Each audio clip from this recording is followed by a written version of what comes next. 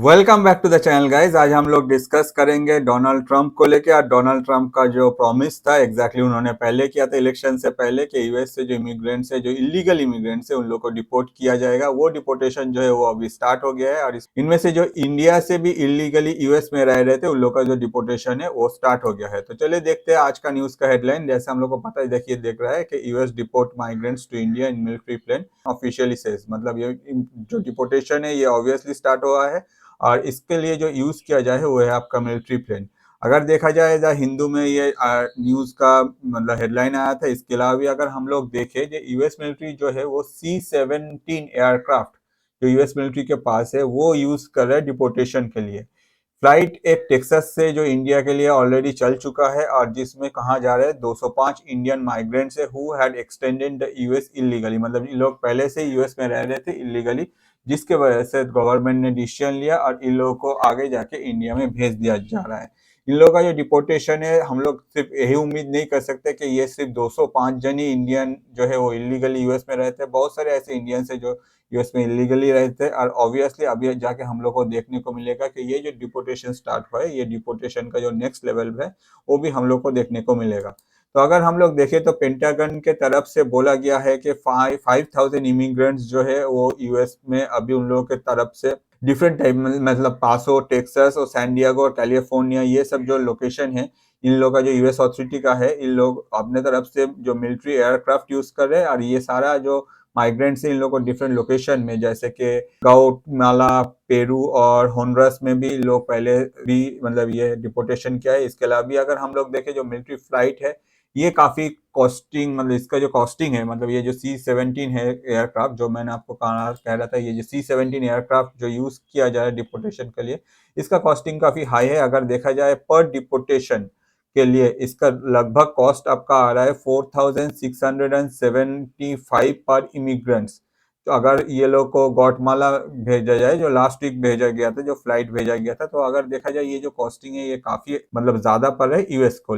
इसके मतलब पर इमिग्रेंट्स के हिसाब से। इसके अलावा भी अगर हम लोग देखें कि यूएस जो इमिग्रेशन पॉलिसी है, ये इमिग्रेशन पॉलिसी को लेकर डोनाल्ड ट्रंप काफी पहले से ही इसको लेकर स्ट्रिक्ट थे और यूएस का कहना था कि भाई मिलिट्री रिसोर्स को अगर हम लोग यूज करेंगे तो ऑब्वियसली ये जो माइग्रेंट्स हैं इन लोग को हम लोग अपने जो रेस्पेक्टिव मतलब जो कंट्रीज है वहां हम लोग इन लोगों को भेज मिलिट्री बेसेस को यूज किया जा रहा है as a temporary migrant housing और यही बेस को यहाँ उन लोगों को स्टोर किया जा रहा है। आगे जाकर एडमिनिस्ट्रेटिव जो ऑफिसर से वो लोग अपने तरफ से स्टेप ले रहा है और यूएस के जो मिलिट्रीज है वो लोग माइग्रेंट्स को अपने तरफ से डिपोर्ट कर रहे हैं। इसके अलावा भी अगर हम लोग देखें प्रीवियसली भी ये जो डिपोर्टेशन का एफर्ट ये किया गया था, जिसमें हम लोग अगर देखें ये मिलिट्री जो एयरक्राफ्ट है, इन सारे मिलिट्री एयरक्राफ्ट को भी यूज किया गया था। भले ही इसका कॉस्टिंग काफी ज्यादा है फिर भी इन लोगों को यूज करके गौटमेला, होंडुरास, पेरू में बहुत सारे डिपोर्ट किया गया था। ऑन द अदर साइड अगर देखा जाए ये इस बार जो इंडिया में जो आ रहा है मतलब C-17 उसमें लगभग 205 इलीगल इमिग्रेंट्स आ रहा है और ये सारा जो मतलब इनिशियली जो हुआ था उस टाइम में सारे जो इलीगल इमिग्रेंट्स हैं इन लोगों को मतलब यूएस से लेके आगे जाके जो रेस्पेक्टिव कंट्रीज है उन सारे कंट्रीज में जो डिपोर्टेशन सेंटर्स है वहां इन लोगों को ट्रांसफर किया गया था। अगर हम लोग इसका फिनेंशियल इम्प्लीकेशन देखें तो हम लोग को देखने को मिलेगा कि ये डिपोर्टेशन के वजह से जो कॉस्टिंग आ रहा है, मतलब जैसे मैंने आपको कहा कि $4,675 पर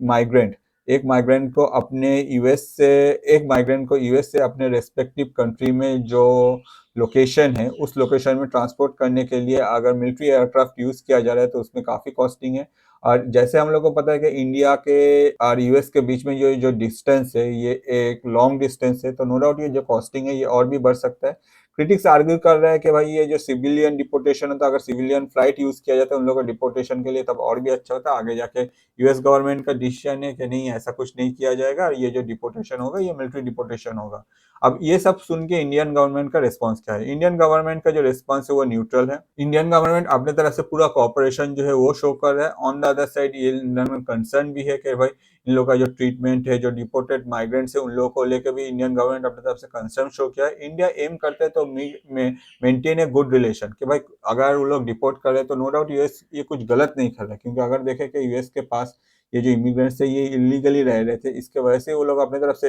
इन लोगों को हमारे कंट्रीज में फिर से वापस भेज रहे हैं। तो ऑब्वियसली इंडियन गवर्नमेंट जो चाहता है कि भाई एक गुड रिलेशन मेंटेन करने यूएस के साथ, साथ ही साथ कुछ इंडियन पॉलिटिशियन से जो ह्यूमन राइट ऑर्गेनाइजेशन के साथ मिलके अपना जो कंसर्न है वो भी एक्सप्रेस किया है। अगर हम लोग यूएस गवर्नमेंट के इम्प्लीकेशंस और रिएक्शंस के बारे में देखें तो डोमेस्टिक जो रिएक्शंस है, जो क्रिटिक्स है, वो लोग काफ़ी आर्ग्यू कर रहे हैं, क्योंकि उन लोगों को कहना है कि ये जो मिलिट्री एयरक्राफ्ट यूज़ किया जा रहा है इसके वजह से काफ़ी कॉस्टिंग बढ़ गया है। आगे अगर हो सकता है तो इन लोगों को ऐसे नहीं, इन लोगों को सिविल एयरक्राफ्ट में इन लोगों को डिपोर्ट किया जाए, मगर मेन जो कंसर्न है वो है आपका सिक्योरिटी कंसर्न। इसके वजह से ये लोग यूएस गवर्नमेंट जो है ये मिलिट्री एयरक्राफ्ट यूज़ किया जा रहा है। ऑन द अदर साइड अगर हम लोग इंटरनेशनल रिएक्शन का बात करें तो यूएस इंडिया जो डिप्लोमेटिक रिलेशन है इसका ये जो डिपोर्टेशन होगा एक्सपेक्ट किया जा रहा है कि इसका कोई इफेक्ट आगे जाके इंडिया और यूएस का जो रिलेशन है उसमें नहीं पड़ेगा। ह्यूमन राइट्स का भी काफी कंसर्न है, क्योंकि जो माइग्रेंट्स है उन लोगों हम लोग को जैसे पता है कि माइग्रेंट्स का ऐसा नहीं है, तो इन लोगों के ऊपर काफी सारा हार्डशिप रहता है, और जब भी ये रिटर्न करे eight that point of time humanitarian जो ट्रीटमेंट जरूरत होता है इस प्रोसेस के अंदर वो सब देखा जाए, ये भी एक मेजर कंसर्न है। इसके अलावा भी अगर हम लोग देखें जो डिपोर्टेशन है इसमें टोटल 2205 इंडियन माइग्रेंट्स को वाया मिलिट्री एयरक्राफ्ट जो है वो इंडिया लाया जा रहा है। It raise a concern regarding the cost of the policy के भाई आगे यूएस तो एक बार तो चलो कर लिया ठीक है मिलिट्री एयरक्राफ्ट यूज करके, तो आगे इंटरनेशनली जब भी ऐसा कुछ होगा, ये डिपोर्टेशन होगा, उस टाइम में क्या यूएस इतना सारा पैसा जो है ये मिलिट्री एयरक्राफ्ट के पीछे खर्चा करेगा या फिर नहीं करेगा। और अगर ये करता है तो एग्जैक्टली इसके पीछे रीजन क्या है? ऑब्वियसली इसके पीछे रीजन है कि यूएस को नहीं रखना है कोई भी बाहर कंट्री के लोगों को, मतलब जो लोग यूएस में लीगली नहीं रहे यूएस सबको डिपोर्ट कर। तो नो डाउट ये सब देखने के बाद अभी तीन जो मेजर क्वेश्चन अराइज होता है वो है आपका भाई ये जो पॉलिसी अभी इंप्लीमेंट किया गया है ये लॉन्ग टर्म में मिलिट्री डिपोर्टेशन जो फ्लाइट को यूज किया जाएगा, क्या ये पॉलिसी लॉन्ग टर्म में भी चलेगा?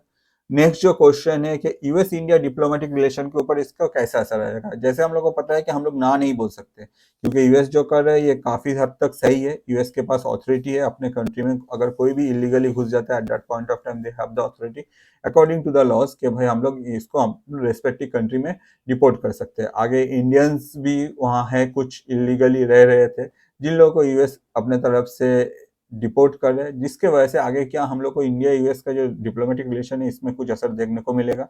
और एक लास्ट जो क्वेश्चन है, is this a sustainable immigration enforcement strategy? Obviously अगर देखा जाए डोनाल्ड ट्रंप जो है, तो डोनाल्ड ट्रंप जब तक है तब तक ये डिपोर्टेशन जो स्ट्रेटेजी है अभी आने वाले 4 साल तक ये डिपोर्टेशन स्ट्रेटेजी ऐसे ही कुछ रहने वाला है, इसमें कुछ चेंजेस नहीं आने वाला है। तो होपफुली ये वीडियो आपको समझ में आ गया। अगर आपको ये वीडियो समझ में आएगा तो मैं आपको रिक्वेस्ट करूंगा कि प्लीज़ चैनल में जाइए, चैनल में कमेंट कीजिए एग्जैक्टली आपको मतलब कैसे लगा ये video. On the other side अगर आपको ये वीडियो अच्छा लगता है तो मैं आपको रिक्वेस्ट करूंगा चैनल में जाकर, चैनल में और भी बहुत सारे वीडियोज़ है जो वीडियो आप देख सकते हैं, जो वीडियो में आपको सबसे बेस्ट जो लगता है मैं आपको रिक्वेस्ट करूंगा प्लीज़ चैनल को सब्सक्राइब करिए, अपने दोस्तों के साथ शेयर कीजिए, और नेक्स्ट वीडियो लेके मैं फिर से हाजिर हो जाऊंगा। ये वीडियो एंड तक देखने के लिए आपको और आपके लाइफ के जो स्पेशल पर्सन है, जो जिन लोगों के साथ आप ये वीडियो शेयर करने वाले हैं, उन लोगों को मेरी तरफ से बहुत सारा धन्यवाद।